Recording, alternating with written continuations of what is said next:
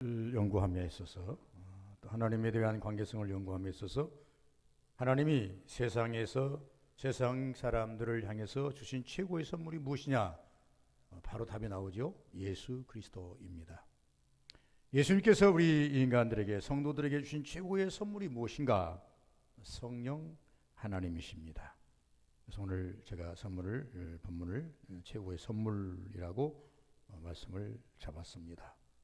베드로는 말합니다. 38절에 베드로가 이르되 너희가 회개하여 각각 예수 그리스도의 이름으로 세례를 받고 죄 사함을 받으라. 그리하면 성령의 선물을 받으리니라고 말씀을 했습니다. 또 성령을 선물로 주겠다. 하나님께서 그래서 예수 그리스도의 선물은 성령, 최고의 선물은 성령이라고 말합니다.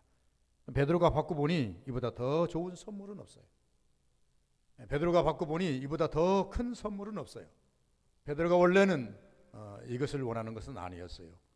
예수님이 예루살렘 왕으로 등극하시면 적어도 국무총리 하나 정도는 오늘 우리 대한민국의 그 구조로 말한다면 국무총리 하나 정도는 해먹고 싶은 욕심이 있었던 거예요. 그러나 영으로 거듭나고 믿음으로 다시 재조명해서 보았더니 최고의 선물은 성령 하나님이었더라.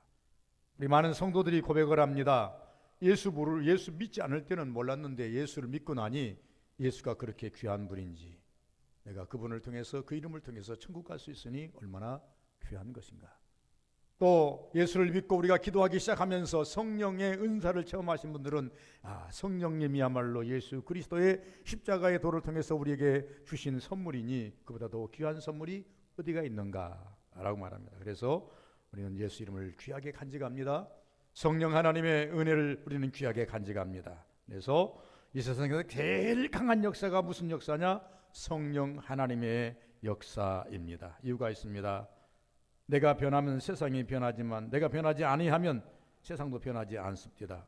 다시 말씀드리면 우리가 살고 있는 이 세상을 지나다 보면 40년 전에도 그는 거린이었는데 오늘 또 그 자리에서 거린이고, 내일 또 30년 전에도 거린이고, 20년 전에도 거린이고, 10년 전에도 거린이고, 오늘 또 거린이더라 그 말입니다. 이유는 뭐냐면 이 세상은 40년 전보다 30년 전보다 20년 전보다 훨씬 많이 변화해서 엄청나게 변화를 했는데 그 사람의 삶은 전혀 변하지를 않기 때문에 그렇더라 그 말입니다. 그런데 이런 모든 것들을 다 변화시킬 수 있는 분이 누구신가? 그러면 이제 심령을 변화하면 되는데, 심령을 변화시킬 수 있는 분이 누군가 하면은 하나님 예수 그리스도를 통한 성령 하나님이라고 하는 것입니다.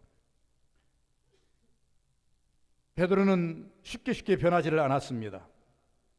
그가 어쨌든 간에 예수 그리스도의 부름을 받아서 복음을 받아서 주의 제자가 됐고 수제자가 되었지만은 그리함에도 불구하고 그는 주님이 원하는 만큼은 변하지를 못했습니다. 그런데 이 오늘 본문에 보니까 베드로가 완전히 변화된 사람으로서 우리에게 서 있는 것을 볼 수 있습니다. 자신의 언어가 변했던 것을 볼 수 있습니다.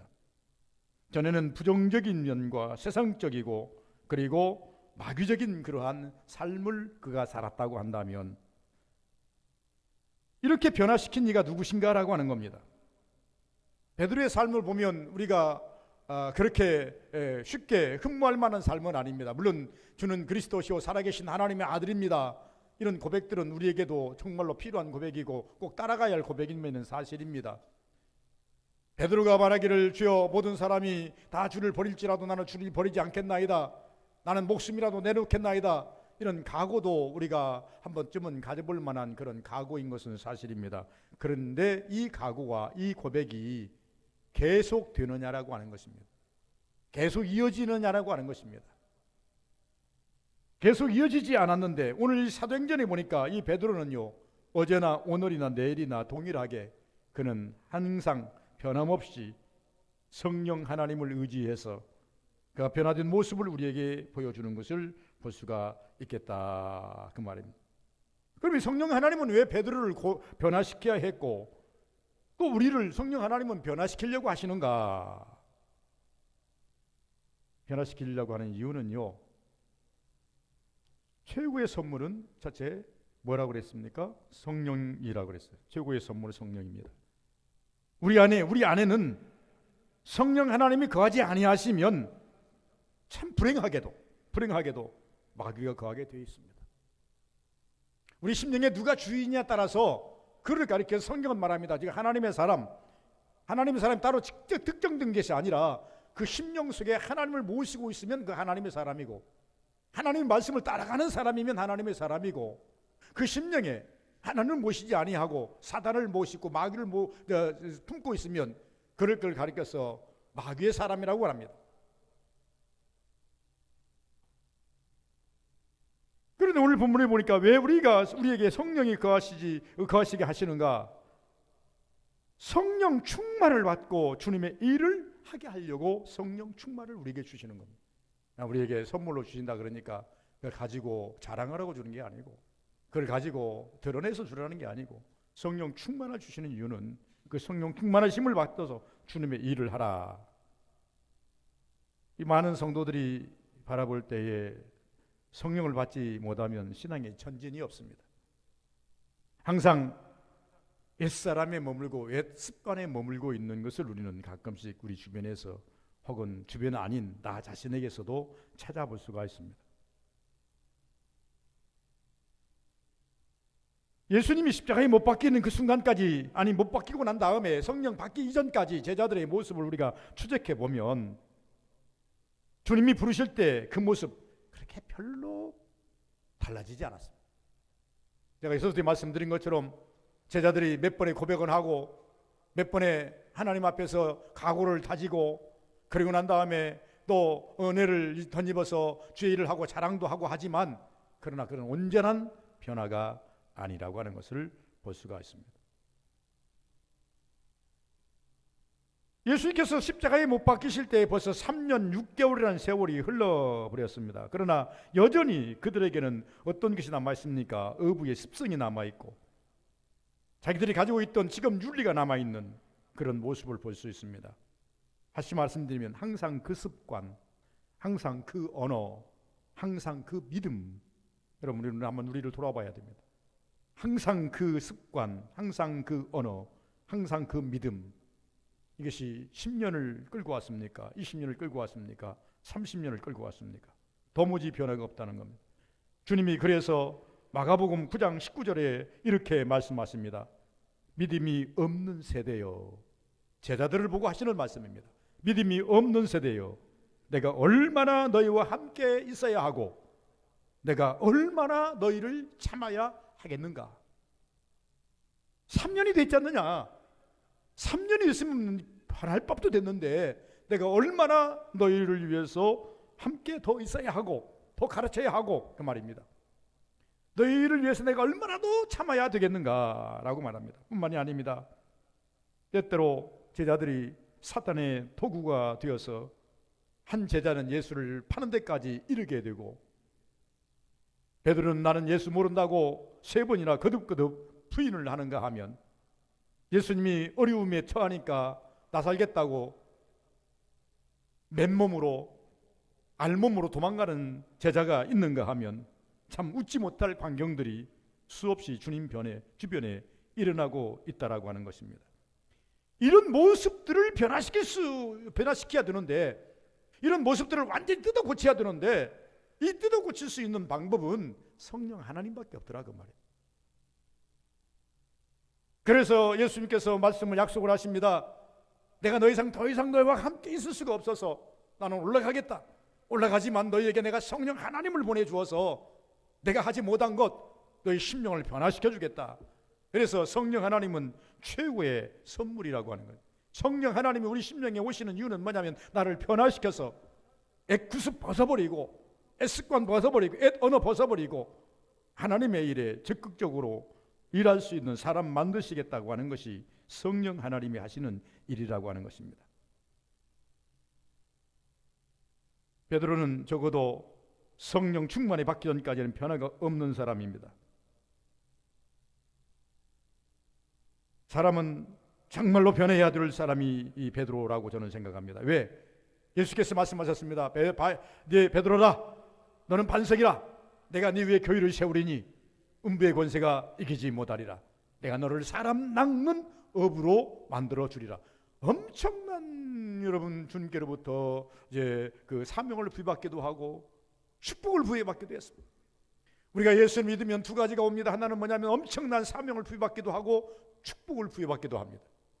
그러나 우리는 때때로 이 하나님께로 받던 이 엄청난 사명과 축복을 다 잃어버리고 옛모습 그대로 살아가는 내 모습을 우리는 가끔 노출시킬 때가 많이 있다 그 말입니다. 그럼 무엇이 변하지 않았는가? 주님께서는 엄청난 메리트를 주어서 그에게 말하기를 너는 반석이라, 개바라, 반석이라, 음부의 권세가 이기지 못한다. 너 마귀가 너를 못 이겨. 그럼에도 불구하고 마귀가 넘어지지 않습니까? 너는 어부라, 베드로라, 나는 사랑 넘는 어부가 되게 하리라. 사람은커녕 고기도 못 낚지 않습니까? 그런데 이 말씀을 받고 은혜를 받은 베드로에게 아직도 뭐가 남아있어요? 하나님께서 주님께서 나에게 명령했는데 나는 왜 이럴까? 부정적인 면이 남아있습니다. 오직 성령이 임해야, 성령이 오셔야 긍정적으로 변할 수 있는 겁니다. 성령 하나님께서 그를 변화시키는 것이다 그 말입니다. 성령이 오시는 이유는 약한 사람 되지 말고 강한 사람이더라고 우리에게 오시는 겁니다. 그러므로 우리 이 사도행전 2장에 보면 초대교회 역사인데, 초대교회 역사는 첫 번째 성령의 역사입니다. 교회부터 시작한 것이 아니라, 건물부터 시작한 것이 아니라 성령 받고 시작하셨습니다. 전도부터 시작한 것이 아니라 성령 받고 시작하셨습니다. 2장에 보면 성령이 보니까 구제도 있습니다. 구제부터 시작한 것이 아니라 성령 받고 시작했습니다. 선교가 나옵니다. 여러 가지 볼 다니면서 예수 그리스도를 증거하는데 선교부터 시작하는 것이 아니라 성령 받고 시작했다는 겁니다. 우리가 주의를 함에 있어서 내 의지로 하는 것인가, 하나님의 주신 성령의 은혜를 받고 하는 것인가, 매우 이것은 중요한 겁니다. 왜 최고의 성령이 선물인가? 성령 받고 시작했더니 틀림이 없더라는 겁니다. 성령 받고 우리가 어떤 일을 시작했더니 실수가 없더라는 겁니다. 실패가 없더라는 것입니다. 그래서 오늘날 현실 우리 교회를 비롯해서 모든 교회가, 우리 서부교회 모든 성도들이 성령 받고 무슨 일이든지 하려고 하는 그런 열정이 있어야 됩니다. 조금이라도 기도하셔야 됩니다. 한마디라도 기도하셔야 됩니다. 힘을 다해서 기도하셔야 됩니다. 할 수만 있으면 성령이 내게 임하기까지 기도하셔야 됩니다. 그리고 하나님께로부터 마음의 응답을 받으시든지 음성의 응답을 받으시든지 확신의 응답을 받으시든지 그것은 각자의 신앙에 따라서 하나님이 주시는 선물이겠으나, 오늘 초대교회에 나온 성령의 선물은 어떻게 임했다고 그렇습니까? 하늘에서부터 불의 혀같이 갈라지면서 각 사람 위에 임했다라고 말합니다. 그건 초대교회에 일어난 현상이고, 오늘날 우리에게 임할 성령은 각자 다를 것입니다. 신앙의 차원에 따라 다를 것이고, 여러분이 구하는 것에 따라 다를 것이고, 여러 가지로 다를 것이다 그 말입니다. 그래서 성령 받으시고 일하시는 사람인, 왜 성령을 받아야 되는가? 성령을 받으면 내 능력 가지고 일하던 사람이 성령 하나님을 의지하게 된다 그 말입니다. 곧 실패의 연속 사람이 승리의 사람으로 변화될 수 있다는 것을 말씀하고 있다 그 말입니다. 믿음이 없으면 대다수의 사람들은 일을 하면서 두려움부터 갖기 시작합니다. 실패하면 어떡하나, 안 되면 어떡하나. 그러나 오늘 사도행전 3장으로 넘어가면요, 요한 사도와 베드로 사도는 병자를 위해서 기도하는 장면이 잠깐 지난번에도 설교를 했으면 나오는데, 이들에게는 염려가 없습니다. 그 병자를 때문에 염려하지 않습니다. 이유는 성령이 충만하니 두려움이 없어지더라는 겁니다. 염려는 주께 맡기고 담대히 행하더라는 것입니다. 내 능력이 아닌 주님의 능력이니 내가 염려할 필요가 없다는 것을 증명하고 있는 것입니다. 우리 사랑하는 성도, 사랑하는 서부교회 성도 여러분, 능력을 한번 충만하게 받으시기를 주 이름으로 부탁을 드립니다. 그러면 여러분의 염려와 근심들이 사라지고 대신 그 자리에 믿음의 담력이 생기게 됩니다. 왜 우리가 은혜를 받아야 되는가? 성령을 받아야 되는가? 말씀으로 채워야 되는가? 내가 염려하는 것, 내가 걱정하는 것, 두려워하는 것, 이것부터 물리쳐야 담대한 사람이 되어서 하나님의 역사를 이룰 수 있는 그런 믿음의 사람이 된다는 것입니다. 둘째는 최고의 선물은 전파하는 사업이었습니다. 베드로의 설명을 한번 들어보시기 바랍니다.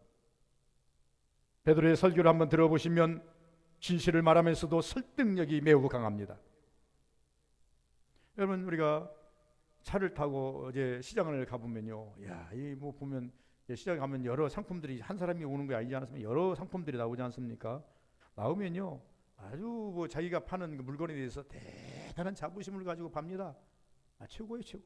아마 그냥 설명을 하는데 보면요, 뭐 어디서 따왔고 어떤 것에서 따왔고 이게 막 이렇게 이야기를. 이제 지난번에 이번 주에 어디 재래시장을 한번 가봤더니요, 표고버섯을 좀 사려고 갔더니요, 설명을 하는 거예요. 이것은 참나무에서 나온 것이고, 이것은 참나무 톱밥에서 나온 것이고, 이제 무엇이 다르냐 그랬더니, 이거 참나무에서 나온 것이 훨씬 좋지요. 이건 집밥에서 나온 것은 조금, 나는요, 이게 참나무에서 나올 때는요, 절대 톱밥에서 나온 거 절대 안 판다고 하면서 갖다 놨어. 그럼 다 팔리면 그럼 팔려고 갖다 놓은 거 아니겠어요? 나는 먼저 참나무에서 나오는 버섯부터 팔고요, 나는 절대 톱밥을 안 산다고 하면서 말이 어이가 있어요. 들으면서도 장사꾼이다. 왜냐하면 참나무 버섯을 갖다 놓고 하나는 톱밥으로 만든 참나무 버섯 갖다 놓고, 하나는 참나무에서 딴 버섯을 갖다 놓고 참나무 버섯이 좋다고 열심히 설명하면서 뭐라고 하는 거 아니까, 나는 참나무 버섯이 나올 때는요, 이 톱밥 버섯은 안 써요.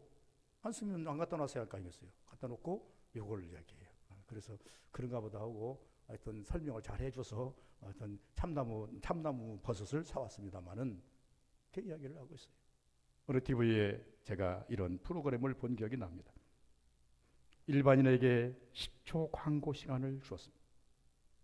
그런데 10초 광고 시간에 아주 리얼하게 설명을 간략하게 잘하는 사람은요, 1시간을 주어도 설명을 잘한다는 거예요. 그런데 만약에 10초 광고 시간을 줬는데 10초 동안에 버벅거리면 그 사람은 1시간을 주어도 제품 설명 못 한다는 거예요. 적어도 내가 가지고 파는 물건에 대한 모든 속성들을 액기스를 뽑아서 정보를 가지고 있을 때에 그것을 10초 아니라 15초, 30초, 1시간 시간에 구애받지 아니하고 시간이 주어지는 대로 설명할 수 있는 능력이 있다라고 하는 것을 들어봤습니다. 성도들이 예수를 전파하는데 때로 한마디로, 때로 몇 시간 증명해야 하고 알려야 합니다. 사도행전에 보면요, 때로는요 밤이 맞도록 바울 사도는요 하룻밤을 꼬박 삼위에 가면서 설교를 하면서 유도구는 적어도 이 창문에 걸쳐 있다가 떨어져 가지고 절도할 정도까지 그냥 설교를 합니다. 구장창 설교를 했어요. 예수님께서도 베스다 들녘에서 아침부터 저녁까지, 다음 날까지 밥 먹는 시간도 없이 그냥 설교를 하십니다. 그러나 사도행전에 보면 길다고 만드는 것이 아니라 어떤 사람은 그냥 예수를 증거하는, 예수는 우리의 구원이다라고 증거하는 사람도 있습니다. 다시 말씀드리면 베드로는 시간에, 사람의 어떤 환경에 구애받지 아니하고 복음을 증파하는 사람이 되었더라 그 말입니다. 왜? 최고의 선물을 받았기 때문에. 이 선물을 어떻게든지, 최고의 하나님께 선물 받은 것은 나보고 간직하고 그걸 갖다 숨기고 나만 알아라 이렇게 한 것이 아니라 그러지 않습니까? 지난번에 제가 잠깐 언급을 했습니다. 수요일날 새벽입니까? 어떤 TV를 보니까 그래요. 세계, 나는 이름도 모르겠습니다만 세계 최고 부부, 자가용 비행기가 있고 차들이 뭐 몇십억짜리가 몇 대가 있고, 그래가지고는 통일하기 위해서 비행기를 자기 색깔에 맞춰서 비행기도 전부 다 색깔을 다시 하얀 걸로 칠해버리고 이런 사람이에요. 근데 그 사람이요, 뭘 보여줬냐 그러면 텔레비에 보니까 이렇게 보니까 이게 다이아 반대를 꼈는데, 다이아 조그마한 거 하나만 끼는 것도 엄청 비싼 거 아니겠습니까? 온통 다이아가 손가락에 좀 덮어버릴 다이아예요. 그러니까 그 다이아 값이 얼마냐면 1,000억이라는, 1,000억짜리를 텔레비를 통해서 보여주었어요. 그런데 불행한 사건이 터졌습니다. 그러니까 그 사람이 어느 호텔에 머문다 그러니까 경찰을 가정한 5명의 강도가 그 이제 침입을 한 거예요. 그리고 너 텔레비에 보여줬던 그 다이아몬드 내놔라. 뭐 가져갔으면 뺏겼겠죠? 가져가지를 않은 것 같아요. 그러니까 얼마를 털렸느냐? 120억을 털어갔답니다. 털어갔다는 거예요. 오늘날 여러분, 이런 선물들은 자랑할 것이 못 되죠. 자랑하면 도둑질이 가니까. 그런데 만약에 그 텔레비에 나올 때, 야, 뭐 이거 우리는 가질 수, 원감생신 뭐 그게 가져보지도 못하지, 가서 구도도 못 보지 않습니까? 그런데 텔레비를 통해서라도 이렇게 보니까, 야, 저것이 천억이야? 이 가치라는 것이 그렇지 않겠습니까? 하나님께서 우리에게 성령의 선물로 주셨다라고 하는 것을 이것을 가지고 숨기라고 준 게 아니라, 그러면서 텔레비에서 말합니다. 받는다고 해서 다 공개하면 이런 린치를 당한다. 그러니까 자기가 가지고 있는 소장 가치만 있으면 제가 숨겨야 된다. 그래서 좋은 것은 절대 텔레비에 이런 노출을 안 시킵니다. 꽁꽁 금고다 숨겨놓든지 창고다 숨겨놓든지 어느 은행에다 숨겨놓든지 다 숨겨놓습니다. 예, 제일 안전한 곳에다가. 그러나 성령 하나님은 우리가 꽁꽁 가슴에 숨겨놓고 가슴에 깊이 넣어놓으라고 주신 것이 아니라 여러분 보여주라고. 모든 사람에게 내가 만난 예수, 내게 임한 성령, 내게 주신 은혜, 그걸 보여주라고 우리가 주시는 거라고 말이에요. 베드로가 이것을 잘하고 있다 그 말입니다. 그러나 내가 너희들을 알기로 나는 예수 모른다고 부인한 사람 아니냐? 나는 출신이 어부 아니냐? 나는 주님께로부터 책망 많이 받은 사람 아니냐? 그러나 이제는 다르다. 내 안에 성령이 계셔서 성령 하나님의 말씀을 내가 따라가는 것이다. 그러면서 이 베드로가 하고 싶은 얘기는 무엇입니까? 예수 그리스도가 우리를 위해서 죽으셨다. 내가 몰랐다. 처음에는 예수 따라다니는 것은 그냥 좋아서 따라다녔고 무엇인가 그분 따라다니면 유익이 있을 것 같아 따라다니는 유익이 있을 따라다녔는데 생업 전포하고 따라다녔는데 그런데 오늘날 와서 보니까 그것이 아니다. 그러면서 예수가 이 땅에 오셔서 우리를 부르시고 우리를 세우신 이유가 무엇인가? 지금 복음의 그 원론을 지금 이야기하는 겁니다. 우리가 예수를 증거하는 건요 그렇게 어려운 것 아닙니다. 이 어려운 시대에도 재래시장 같은 어느 재래시장에서는요 조그마한 선물 하나씩 가지고 와가지고는 예수 믿으시고, 근데 어떤 분은 예수님 믿으시고, 야 언어가 참 좋다. 우리는 가끔 예수 믿으세요 그런데 예수는 믿으시고 선물을 주면서 예수님 믿으시고 천국 가세요. 천국과 지옥이 분명히 있습니다. 간결하게. 그래서 그분의 언어를 보면서 그분의 표정을 보면서 나는 예수 믿는 사람 받을 필요 없지 않겠습니까? 예 감사합니다 하고 지나쳤지만 보면서 느끼는 것이 뭐냐 그러면 저분 언어 속에 저분의 가슴 속에 그 예수에 대한 그 열망과 자랑과 이것이 가득 채워져 있구나. 그것으로 끝나는 것이 아니라 기도 많이 했구나. 이것이 내 자신에게 느껴지더라 그 말입니다. 베드로의 설교를 들을 때에 그냥 설교입니까? 베드로 설교를 들었을 때 기도 많이 한 것이 느껴지지 않습니까? 베드로의 설교를 들을 때에 성령 충만한 것을 느껴지지 않습니까? 베드로 설교를 들을 때에 베드로의 언어가 아니고 베드로 속 안에서 무언가 역동적으로 해서 발산하는 에너지가 그 에너지여도 그냥 일반적인 에너지가 아니라 영적 에너지가 느껴지지 않습니까? 하나님께 성령께서 선물로 베드로에게 주신 이유는 뭐냐면 내가 이걸 주었으니 너는 나를 잘 포장해서 많은 사람들에게 이것을 설명하라. 이것을 다 피하라고 주신 거예요. 예수님이 이 땅에 오신 것은요 구원자로 오셨다는 것을 피할해달라고 우리에게 오셨고, 그리고 성령님이 우리에게 오시는 것은요 성령 하나님께서 잘 우리를 내 입을 통해서 피할하게 하시려고 성령님이 오신다라고 하는 것을 볼 수가 있는 것입니다. 베드로의 전파 운동은 살리는 운동입니다. 생명 살리는 운동. 베드로의 전파 운동은 희망을 주는 운동입니다. 사람이 그때 당시에 많은 사람들이 다 지금 희망을 잃어가고 있었습니다. 이 나라는 노마의 짐이 속국이 되어 있고 힘쓸 수 없는 상황이 되어 있고 예수를 따르던 사람들도 저자도 예수가 죽어버렸으니 전부 다 절망에 빠져 있는 조그마한 희망을 보았어요. 예수가 이 땅에 오셔서 치유해 주시고 가난을 만나 주시고 복음을 전파하시고 그리고 난 다음에 여러 가지를 일을 하시니까 귀신을 쫓아내고 하니까 많은 사람들이 일만에 조그마한 희망을 보았는데 그 희망마저도 다 사라져 버렸어요. 그러니 이 이스라엘이 얼마나 낭망 중에 있습니까? 그때 베드로가 나타나서 이들에게 희망을 주는 겁니다. 더 나아가서 베드로의 전파는 축복의 운동입니다. 그럼 축복 중에 축복이 무엇이냐? 여러분 천하를 얻고도 내 목숨을 잃어버린 무엇이 유익하겠는가? 천국의 은혜입니다. 천국을 소유하지 못한 자는 불쌍한 사람입니다. 오늘 또 천국길이 있는지를 모르고 넓은 길로 가는 사람들은 불쌍한 사람들입니다. 오늘도 좁은 문이 있는데도 불구하고 좁은 문을 피하고 넓은 문으로 들어가는 사람들은 불쌍한 사람들입니다. 그들이 그 끝에 터들어오기 전에 우리는 빨리 그들을 돌이키게 해야 됩니다. 회개란 뭐냐? 돌이키는 겁니다. 돌아서는 겁니다.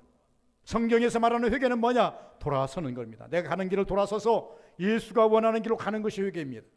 회개라는 것은 거창한 것이 아닙니다. 내가 살던 길이 하나님의 뜻에 이제 맞지 않아서 이제 하나님 뜻에 맞게 살려고 유턴하는 것이 회개입니다. 넓은 길로 가는 사람 돌려 세워야 할 사명이 우리에게 있고, 넓은 문으로 가는 사람 돌려 세워야 할 사명이 우리에게 있는데, 이것을 베드로가 지금 하고 있다 그 말입니다. 왜? 하나님께서 베드로에게 최고의 선물을 주셔서 이 일을 감당케 하셨다는 겁니다.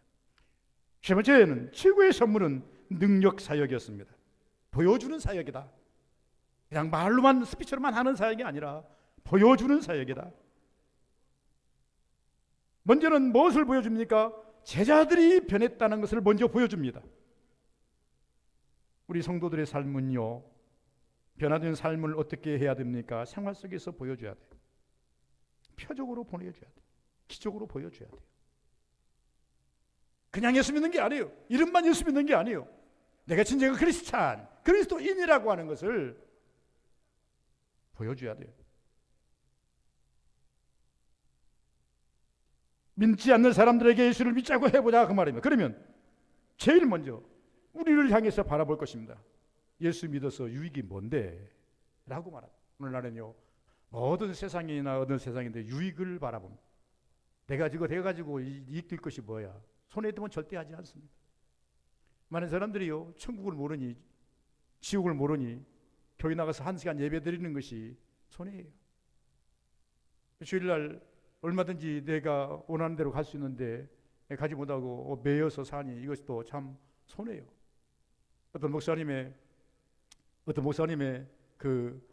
제가 공부할 때 저를 가르쳤던 목사님 중에 한 분이 학과 공부를 가르치다가 저한테 잠깐 쉬는 시간에 이런 얘기를 합니다. 뭐라 했냐면, 학과를 좀 떠나서 하는 얘기가, 나는 목사로 태어난 것이, 목사로 사는 것이 참 행복해. 학생들이 멍합니다. 목사로 사는 것이 이렇게 행복하실까? 이렇게 생각. 모든 목사님들이 힘들다 그러는데 제가 행복할까? 그런데 뭐냐면, 나는 일평생 주일을 범하지 않아. 나는 일평생 주일 범할 수가 없어. 그 말이 왜 무슨 말입니까? 주일만 되면 설교로 강당 올라가야 되잖아요. 올라가야 되기 때문에 일평생 교회를 가야 되기 때문에 난 주일을 범할 일이 없어. 그래서 나는 제일 행복해. 첫째, 이것 하나는 내가 장담해. 이렇게 얘기를 하시면서 당신의 신앙의 노선이니까 지금 와서 재해석을 해봅니다만은 내 입장에서 나도 이제 그 나이가 됐고 그보다 조금 더 그분의 그때 하셨던 나이보다 조금 더 넘어갔으니까 재해석을 한번 해봅니다만은 그것이 그렇구나라고 하는 것을 생각해 봅니다.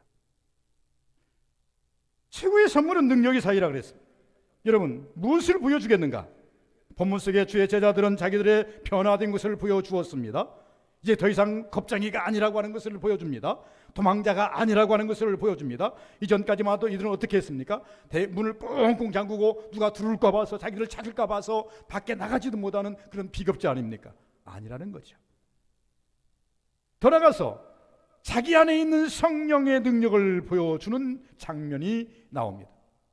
베드로가 여러 가지로 설교를 합니다만, 이 작은 베드로의 설교 아닙니까? 3장도 베드로의 설교가 되겠습니다만은, 그런데 37절 오늘 보니까 그들이 이 말을 듣고 마음에 찔려 베드로와 다른 사도들에게 물어이르되, 우리 형제들아, 우리가 어찌할꼬? 그럴 때 뭐라고 합니까? 베드로가 이르되, 너희가 회개하여 각각 예수 그리스도의 이름으로 세례를 받고 죄 사함을 받아라.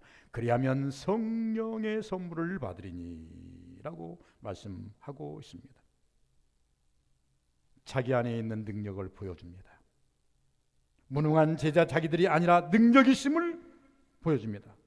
어떤 문제라도 그 문제를 놓고 기도할 수 있고, 그 문제를 놓고 감사할 수 있고, 그 문제를 놓고 해결할 수 있다라고 하는 것을 제자들이 능히 앞서서 보여줍니다. 우리 성도들은요, 적어도 신앙생활 하면서 조그만한 일을 가지고 징징거리지 말아야 돼. 어려운 일 있다고 해서 징징거리지 말아야 돼. 그건 하나님이 원치 않는 것이고 목사인 저도 원치 않고 여러분 자신에게도 별로 유익이 되지 않아요.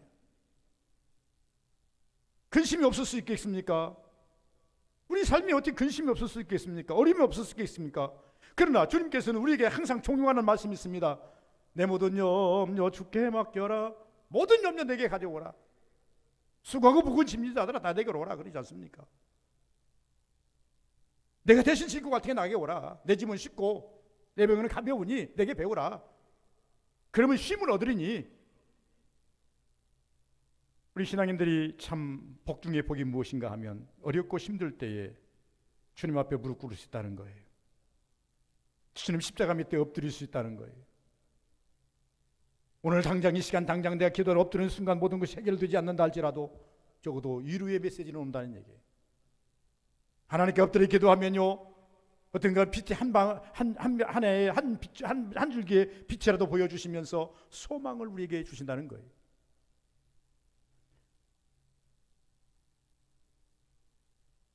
결론적으로 말씀드리면 전도하시는 자가 되자는 것입니다. 여러분 최고의 선물을 받으셨습니까? 최고의 선물을 받았으면요, 선물은 기분인데 테이크라고 하지 않습니까? 받았으면 줘야죠.